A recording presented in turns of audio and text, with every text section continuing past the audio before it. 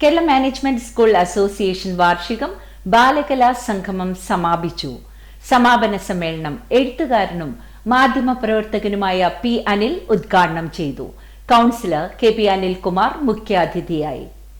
All Kerala management schools അസോസിയേഷന്റെ ആഭിമുഖ്യത്തിലാണ് ബാലകലാ സംഗമം സംഘടിപ്പിച്ചത്. തളി പത്മശ്രീ ഓഡിറ്റോറിയത്തിൽ നടന്ന വാർഷികാഘോഷം എഴുത്തുകാരനും മാധ്യമപ്രവർത്തകനുമായ പി അനിൽ ഉദ്ഘാടനം ചെയ്തു.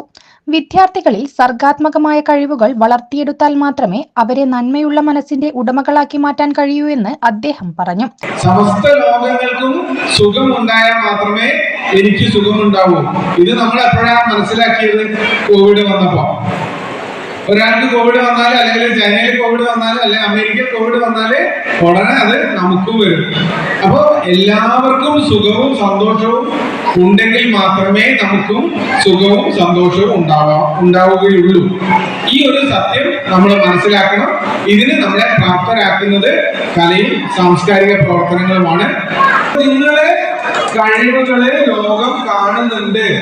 നിങ്ങൾക്കും അവസരങ്ങളുടെ ഒരുപാട് വഴികൾ തുറന്നു കിട്ടുന്നുണ്ട് എന്ന് നിങ്ങൾ മനസ്സിലാക്കുക. നല്ല രീതിയിൽ പഠിക്കുക, അതുപോലെ തന്നെ നല്ല രീതിയിൽ നിങ്ങളുടെ കഴിവുകൾ പുറത്തെടുക്കുക.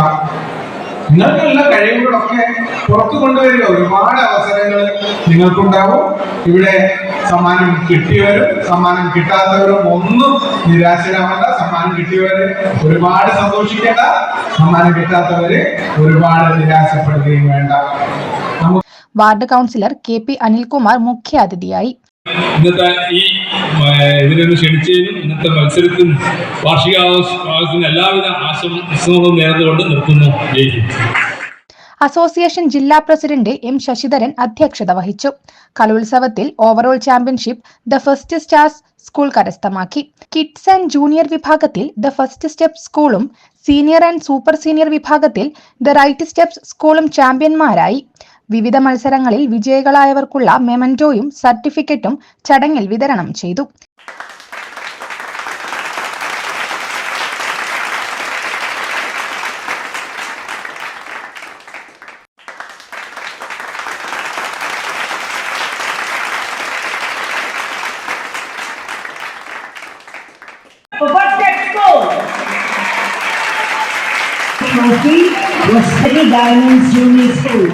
K C Abhilash, P K Muraleedharan, Bridget Chandramohan, Zubaida, Bushra Ashraf എന്നിവർ സംസാരിച്ചു. ACV news, Kozhikode.